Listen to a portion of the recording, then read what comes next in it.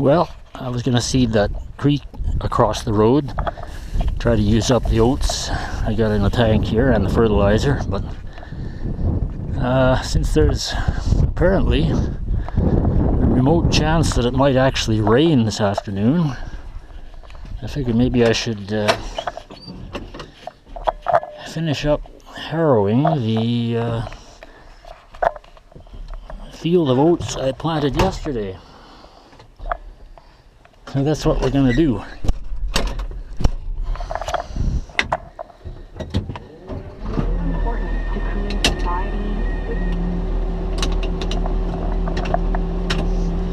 I'm going to hitch up to the old Wrangler harrow packer. It's about a 52-acre field, I think, if memory serves me.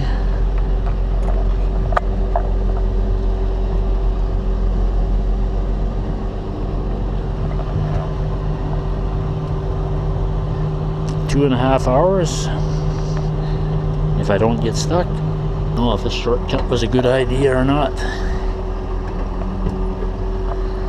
Those big transport arms stick out. Oh yeah, it's tight. I think we're gonna be okay.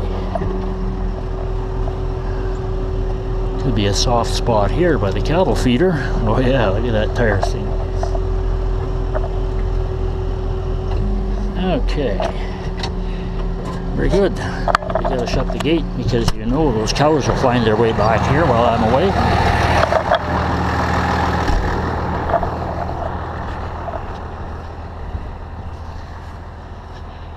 Always amazing how heavy this thing is.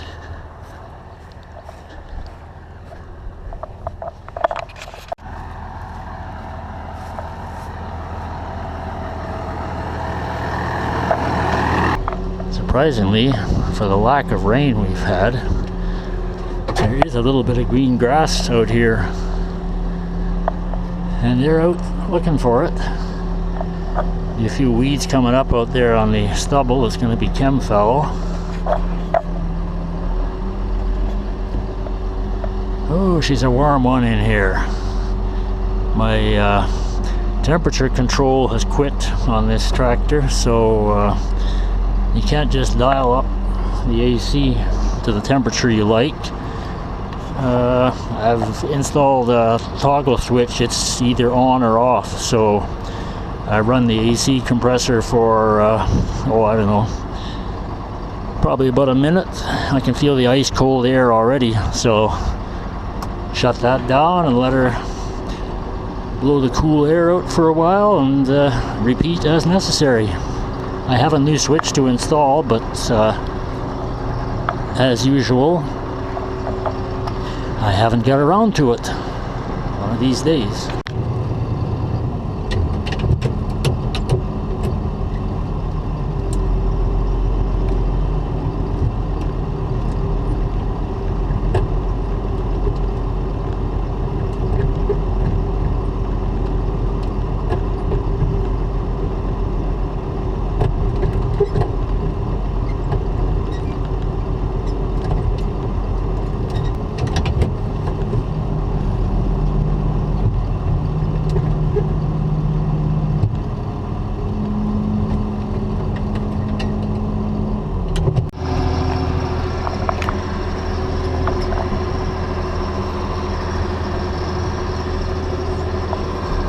Over here on the west line, a little narrow strip of cultivated land, coming up to a piece of reclaimed land. All this lighter dead vegetation showing here is formerly bulrushes, or as some like to call them, cattails.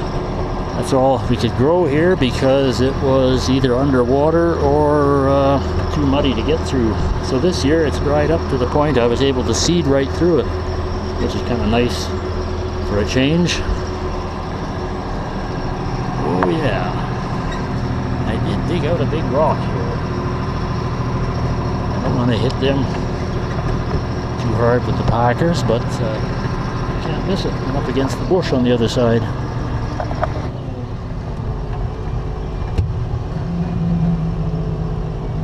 Okay, I'll be back with the front end loader for that one.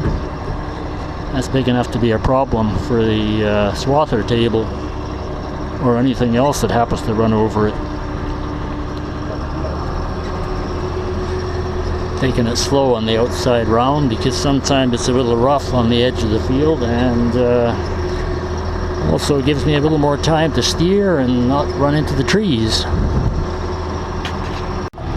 Here's a big piece of reclaimed ground here. You can see all the dead bulrushes. I don't know how many acres should be in there, but quite a few. And for the first time in years, it looks like it might just produce a crop of oats. Got it seeded anyway. If it doesn't produce a torrential downpour and flood it out this summer, I guess we'll see. Oh, that air seeder leaves it rough. There's absolutely no water left in this big flat. It's the first time in years.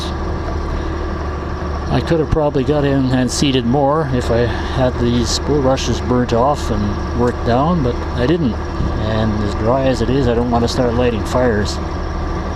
Surprisingly enough, just up ahead there, the ground was kind of slippery. I noticed yesterday pulling the air seeder that even with the front axle engaged on the Magnum, I was having a bit of slippage. And now this last round over there with this one, it got a little scary. I was starting to lose speed, and I flipped on the differential lock to help pull me through. Not too bad here. This ground is quite solid underneath, but below the surface it gets pretty greasy and you can lose traction pretty quick. So hopefully I will be able to get the whole thing harrowed without getting stuck, because that would be a real complication today. Starting to feel kind of soft right here. Dry and dusty on the surface, but underneath I think there's mud. Okay, that's the worst of that.